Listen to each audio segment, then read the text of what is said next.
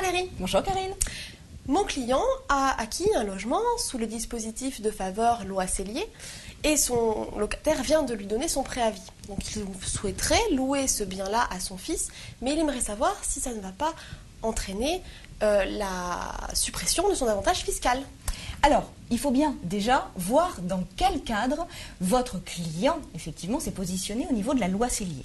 Alors, si on était dans le cadre du Cellier classique, il convient de retenir que pour bénéficier des avantages fiscaux du dispositif Cellier, votre client a pris l'engagement de louer son bien nu à usage d'habitation principale pour une personne autre que lui-même ou un membre de son foyer fiscal pendant une période d'au moins 9 ans et pour un montant de loyer qui va être fixé, effectivement, dans le cadre de la loi Cellier. Alors, on voit bien, effectivement, que si le fils de votre client n'est pas rattaché à son foyer fiscal, il n'y a pas de problème particulier pour lui louer le bien. Par contre, il faudra bien garder en tête, Karine, que si le fils de votre client est en âge de demander le rattachement au foyer fiscal de ses parents, c'est-à-dire s'il a moins de 25 ans au 1er janvier de l'année et qu'il demande effectivement ce rattachement, il faudra envisager d'arrêter de lui louer le bien si on veut effectivement éviter toute remise en cause de l'avantage fiscal obtenu depuis le départ.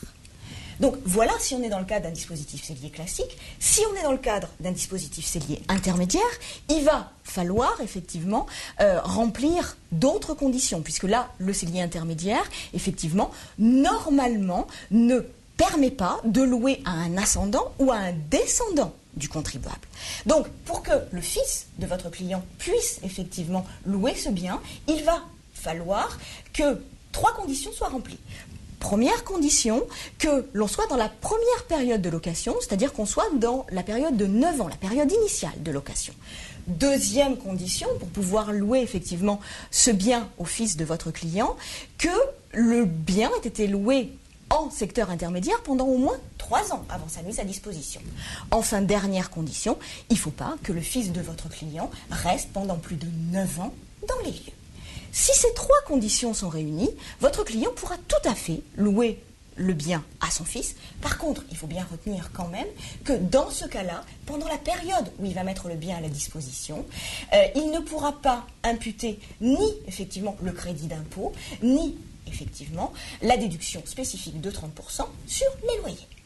En plus, pendant cette période ne sera pas prise en compte pour la durée de 9 ans, telle qu'elle est exigée dans le cadre de la loi Cellier. Très bien, je vous remercie Valérie. Je vous en prie, à bientôt Karine. À bientôt. Au revoir.